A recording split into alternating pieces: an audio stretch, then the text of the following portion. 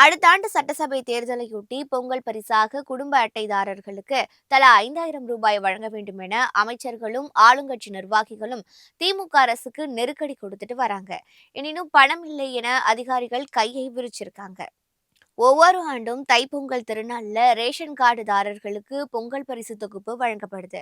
அடுத்த ஆண்டு நடைபெறும் சட்டசபை தேர்தலில் வெற்றி பெற்று மீண்டும் ஆட்சியை தக்க வைக்க திமுக திட்டமிட்டிருக்கு. இதனால் ஜனவரியில் ரேஷனில் பொங்கல் பரிசாக தலா ரூபாய் 5,000 வழங்கினால் தேர்தல் வெற்றிக்கு பெரிதும் உதவியாக இருக்கும் என அமைச்சர்களும் ஆளுங்கட்சி நிர்வாகிகளும் கருதுறாங்க.